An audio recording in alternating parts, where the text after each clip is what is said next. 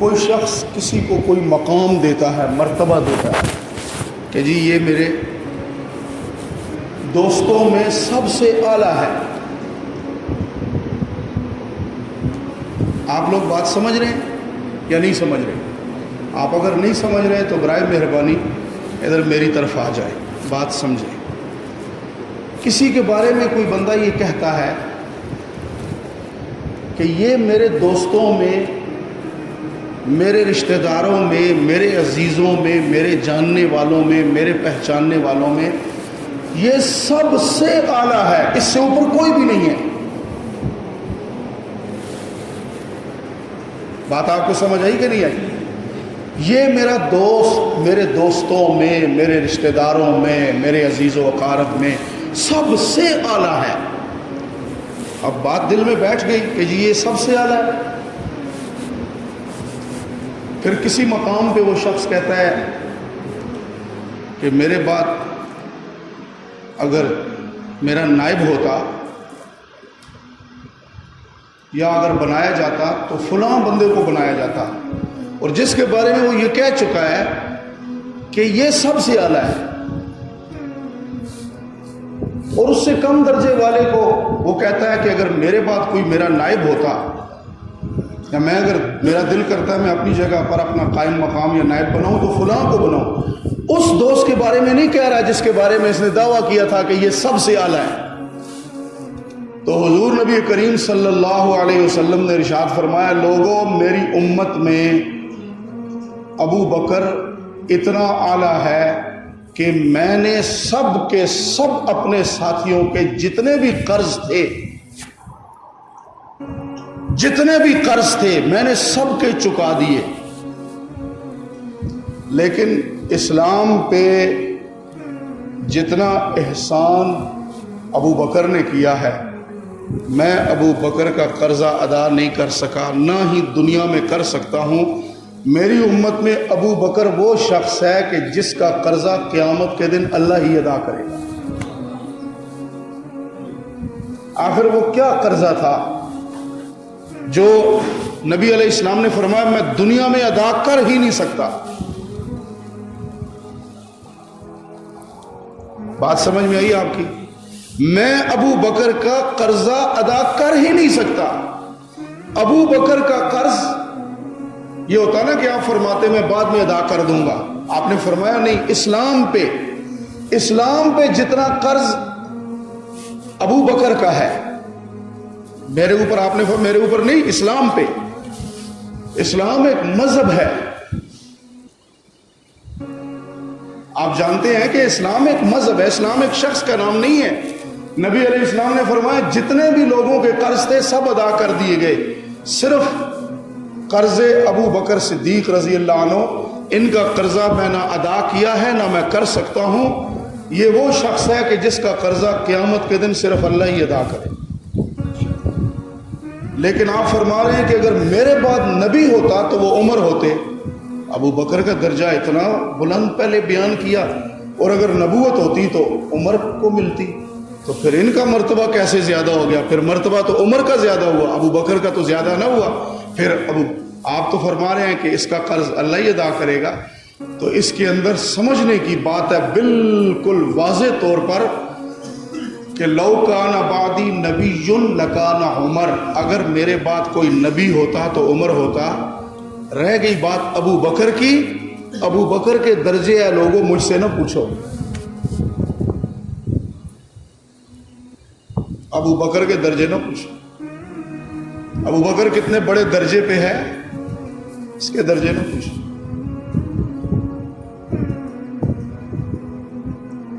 نبی علیہ السلام کی پیدائش پیر کو، ابو بکر صدیق رضی اللہ عنہ کی پیدائش پیر کو.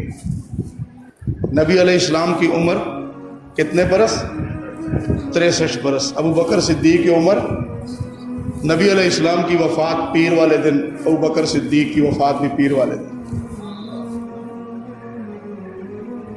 آپ نے فرمایا میں عمر کے درجے بتا رہا ہوں، ابو بکر کے درجے میں بتا بھی نہیں سکتا. اللہ تعالی ہمیں صحابہ کرام کے درجے اور صحابہ کرام کا مرتبہ اور مقام اللہ ہمیں سمجھنے کی توفیق عطا فرمائے۔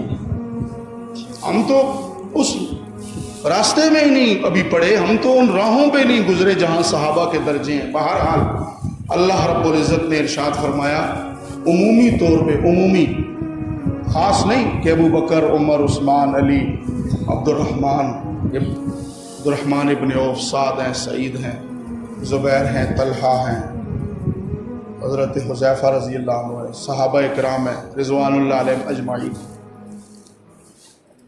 کسی خاص کے نہیں، عمومی یہ سارے صحابہ آپ کے ارد گرد جتنے، ان سب کے بارے میں اللہ نے فرمایا کہ ایک تو وہ ہے جو ان کا بڑا ہے، ایک تو وہ ہستی ہے جو ان سب کے بڑے ہیں، وہ تو الگ ہیں، باقی جو ان کے ساتھ ہیں جو بڑے ہیں، اللہ رب العزت نے فرمایا محمد الرسول اللہ، وہ جو بڑے ہیں ان کا نام کیا ہے؟ حضرت محمد الرسول اللہ، والذین معہ، اور وہ لوگ جو ان کے ساتھ ہیں، اشداء علی الکفار، کافروں پہ بڑے سخت ہیں، رحماء بینہم، آپس میں رحم دل ہیں۔ ان کی سختی کن پہ ہے؟ ان کی سختی کس پہ ہے؟ کافروں، آپس میں نہیں ہے۔ مسلمان کا گلا کاٹ رہا ہے، نہیں، ان کی سختی کفار پہ ہے۔ ہم نے جانا تھا جس سڑک پہ، ہم نے وہ چھوڑ دی، ہم دوسری پہ چل پڑے۔ ہم صبح اٹھتے ہیں تو نیت کرتے ہیں کہ رات سوتے وقت تک اپنے کسی مسلمان کو تکلیف دینی ہے۔ اللہ نے فرمایا جو میرے پیغمبر کے ساتھی ہیں انہوں نے جو طریقہ اختیار کیا ہے، جو پیغمبر علیہ السلام نے ان کو دیا، وہ یہ نہیں ہے۔ اس لیے میرے بھائیوں، اگر ہم کہتے ہیں نا کہ اے اللہ ہمیں صحابہ کے نقش قدم پر چلنے کی توفیق عطا فرمائے، دعا کرتے ہیں نا، تو اس کے لیے پھر ذہن بھی بنانا پڑے گا، کام بھی یہ کرنے پڑیں گے۔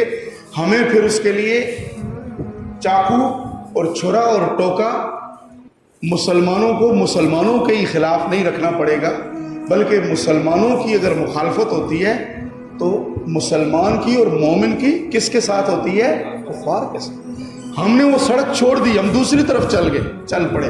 آیا مسلمان ہمارے پاس، نہ دیکھا یہ کیا ہے کیا نہیں ہے، کیا حکم ہے، شروع ہو، اس کو جتنا ستا سکتے ہیں، جتنا اسے دکھ دے سکتے ہیں۔ فرمایا یہ میرے پیغمبر کے ساتھیوں کا طریقہ نہیں ہے۔ ان کا طریقہ کیا ہے؟ محمد الرسول اللہ والذین معہ، اور وہ ان کے جو ساتھ ہیں، اشداء علی الکفار، کافروں پہ بڑے سخت ہیں، رحماء بینہم، آپس میں نرم ہیں، رحم دل ہیں، آپس میں ایک دوسرے کے ساتھ رحیم ہے، کریم ہے، رحم دل ہے۔ کفار پہ سخت ہیں، آپس میں رحم دل ہیں۔ اور فرمایا اے قرآن کی تلاوت کرنے والے، اے ان اصحاب کو دیکھنے والے، تراہم رکعا سجدا، تو جب ان کو دیکھنا چاہے تو کوئی ان میرے نبی کے ساتھیوں میں سے تجھے رکوع میں ملے گا، کوئی تجھے سجدے میں ملے گا۔ تراہم رکعا سجدا، جب تو ان کو دیکھے گا تو کسی کو رکوع میں پائے گا، کسی کو سجدوں میں پائے گا۔ یبتغون فضلا من اللہ ورضوانا، جب بھی تو ان کو دیکھے گا کوئی اللہ کا فضل تلاش کر رہا ہے، کوئی اللہ کی رضا تلاش کر رہا ہے، وہ سارے تمہیں اسی میں ملیں گے۔ یہ نہیں کہ بس میں یہاں یہ حاصل کروں وہ اللہ راضی ہو نہ ہو، نہیں، اللہ سے اللہ کا فضل مانگنے والے، اللہ سے اللہ کی رضا مانگنے والے، رکوع اور سجدے کرنے والے اور رکوع اور سجدوں کے عادی۔ سیماہم فی وجوہہم من اثر السجود، ان کے چہروں کو دیکھے گا تو تجھے ان کے چہروں پہ سجدوں کے نشان نظر آئیں گے۔ سیماہم، ان کے نشانات، فی وجوہہم، ان کے چہروں پہ، من اثر السجود، سجدوں کے نشان، ان کی پیشانی کے اوپر نشان پڑے ہوں گے، سجدے کر کر کے ان کی آنکھیں سوجی ہوئی ہوں گی۔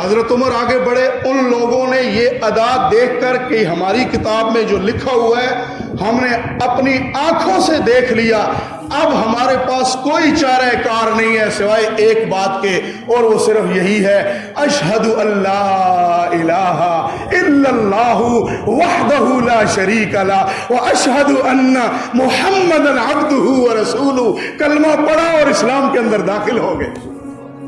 فرمایا ذالک مثلہم فی التوراۃ ومثلہم فی الانجیل کزرع، یہ نبی کے یار، یہ نبی کے پیارے، یہ تورات و انجیل میں جن کی مثالیں، یہ کفار پہ سخت آپس میں رحم دل۔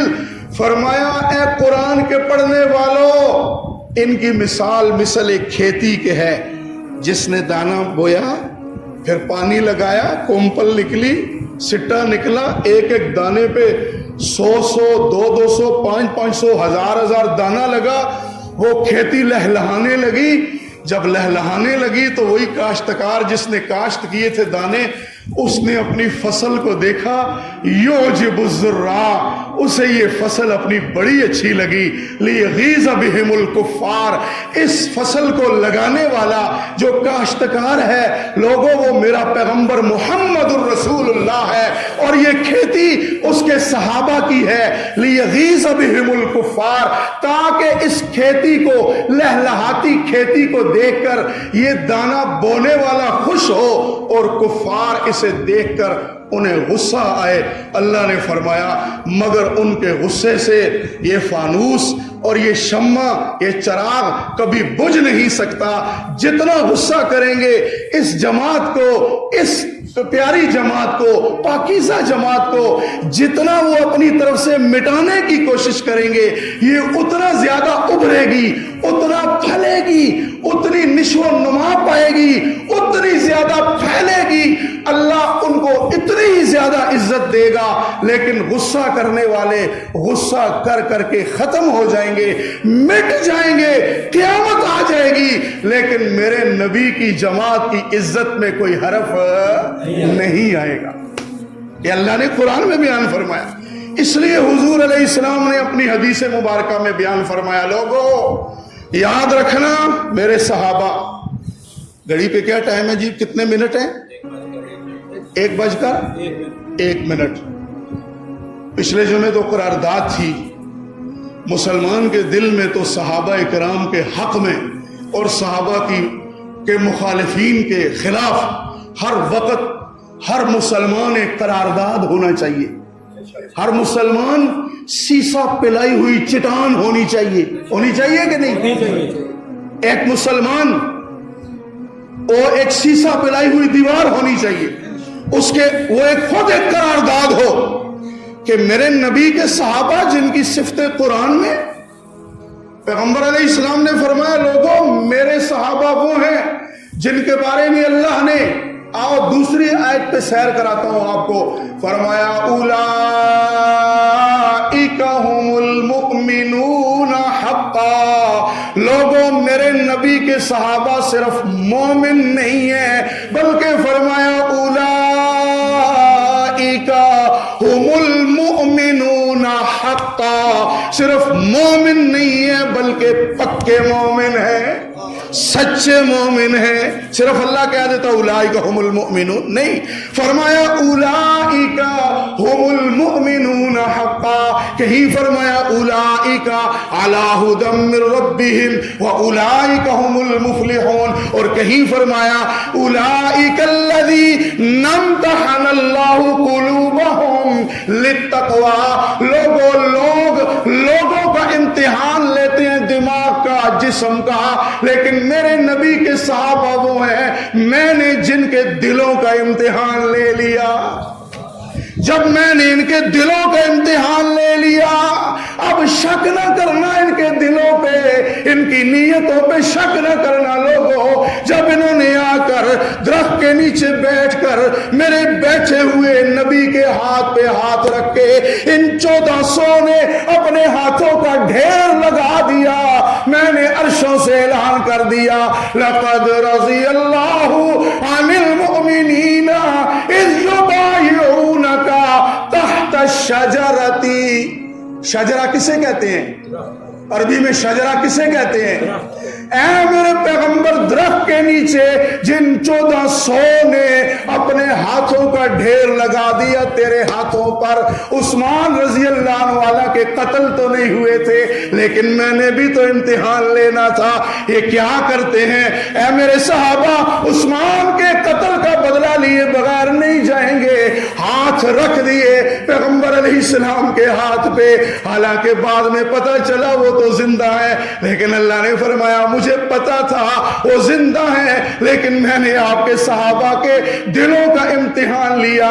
جس نے درخت کے نیچے آپ کے ہاتھ پہ ہاتھ رکھ کے بیعت کی، میں عرشوں سے اعلان کرتا ہوں لقد رضی اللہ، میں ان سے راضی، وہ مجھ سے راضی۔ جن صحابہ سے اللہ کیا ہو گیا؟ اس لیے حضور نے فرمایا، وہ جو آپ سنتے ہیں نا عربی کے خطبے میں، جمعے میں، اللہ اللہ فی اصحابی، سنتے ہیں نا لفظ، اس کا مطلب کیا ہے؟ اس میں ایک لفظ محذوف ہے، اتقوا اللہ، اتقوا اللہ، لوگو اللہ سے ڈرتے رہو، اللہ سے ڈرتے رہو، فی اصحابی، میرے صحابہ کے بارے میں۔ جب میں حدیث پڑھتا ہوں مجھ سے پڑھی نہیں جاتی، اتقوا اللہ، اتقوا اللہ فی اصحابی، لوگوں ڈرتے رہنا اللہ سے میرے ساتھیوں کے بارے میں۔ آج میرا کوئی ساتھی ہے نا، یہ بھائی صاحب میرے پاس بیٹھے ہیں، بزرگ میرے پاس بیٹھے ہیں، قاری صاحب ہیں، پھر میرے بزرگ ہیں، مسجد کی تعمیر کرتے ہیں، مشورے کرتے ہیں، محبت ہوتی ہے نا دوستوں یاروں سے۔ ادھر سے کوئی آئے آ کر کسی کو گالی دے، مجھے غصہ آئے گا کہ نہیں آئے گا؟ فرمایا لا تتخذوهم عرضا من بعدی، لوگوں میرے دنیا سے جانے کے بعد میرے صحابہ کو نشانہ نہ بنا لینا۔ کوئی کہے جی او جی حضرت معاویہ چے غلطی سی جی، یار تجھے دنیا میں کوئی غلطی نظر نہیں تھی، اپنے میں نہیں آتی، میرے صحابی ملے تجھے، ابو بکر ملے تجھے۔ ایک ظالم کہتا ہے، نوٹ کرنے والوں، میں کسی کو کافر نہیں بناتا، لکھنے والوں، ریکارڈ کرنے والوں سن لو، میں کسی کو کافر بناتا نہیں ہوں، کافر بناتا صرف بتاتا ہوں کہ فلاں عمل کرنے سے انسان کیا ہو جاتا ہے۔ آپ لوگ ڈائری میں جا کے پیش کرتے ہو افسروں کو، جی مولوی صاحب نے لوگوں کو کافر بنا دیا، کتنی غلط بیانی آپ کرتے ہو، لیکن زندگی موت کس کے ہاتھ میں ہے؟ اللہ کے ہاتھ میں ہے، سب اس کے اختیار میں۔ بتاتے ہیں ہم کہ فلاں، ادھر جناب اٹھ کے آتا ہے اور آ کے کہتا ہے معاذ اللہ ثم معاذ اللہ کہ ابو بکر صدیق فاجر و فاسق تھے، ابو بکر کافر تھے۔ اور ایک ظالم نے کتاب میں لکھا معاذ اللہ، ابو بکر کی بیٹی عائشہ صدیقہ رضی اللہ تعالی عنہا، نقل کفر نباشت، کفر کا نقل کرنا کفر نہیں ہوتا، یہ زبان خاک ہو جائے اگر یہ نیت ہو، لیکن کسی کا بیان کرنا، باپ کو ابو بکر صدیق کو فاجر کہا، اور بیٹی کے بارے میں لکھا ہے کہ وہ ابو بکر کی بیٹی عائشہ صدیقہ وہ تو کتیا تھی معاذ اللہ۔ یہاں تک لکھا ہوا ہے، یہاں تک لکھا ہوا ہے۔ اور مسلمانوں، نمازیوں، آپ بھی مسلمان ہو، ایجنسیوں والے تم بھی مسلمان ہو، یہ صرف میری ذمہ داری ہے، یہ سب مسلمانوں کی، اس لیے ایک دن کی قرارداد مت بنو۔ مسلمان جب تک زندہ ہے صحابہ کا سپاہی ہے۔ کیا ہے؟ صحابہ کا ناموس صحابہ کا ہر مسلمان کیا ہے؟ نبی علیہ السلام کی ختم نبوت کا کیا ہے؟ سپاہی ہے۔ اگر شان صحابہ، اگر نبی علیہ السلام کے ختم نبوت کی خاطر جان دینی پڑے تو کیا کریں گے؟ جان۔ اگر ناموس صحابہ کے لیے جان دینی پڑے تو بھائیو بزرگوں، زندگی موت کا کوئی پتہ نہیں، شام کے حالات کیا ہوں گے، کل کے صبح کے حالات کیا ہوں گے، کوئی پتہ نہیں۔ یہ الفاظ میرے آپ کے پاس امانت ہیں، مر جانا، ٹکڑے ہو جانا، پیغمبر کی نبوت پہ بھی آنچ نہ آنے دینا، صحابہ کے ناموس پہ بھی آنچ نہ آنے دینا۔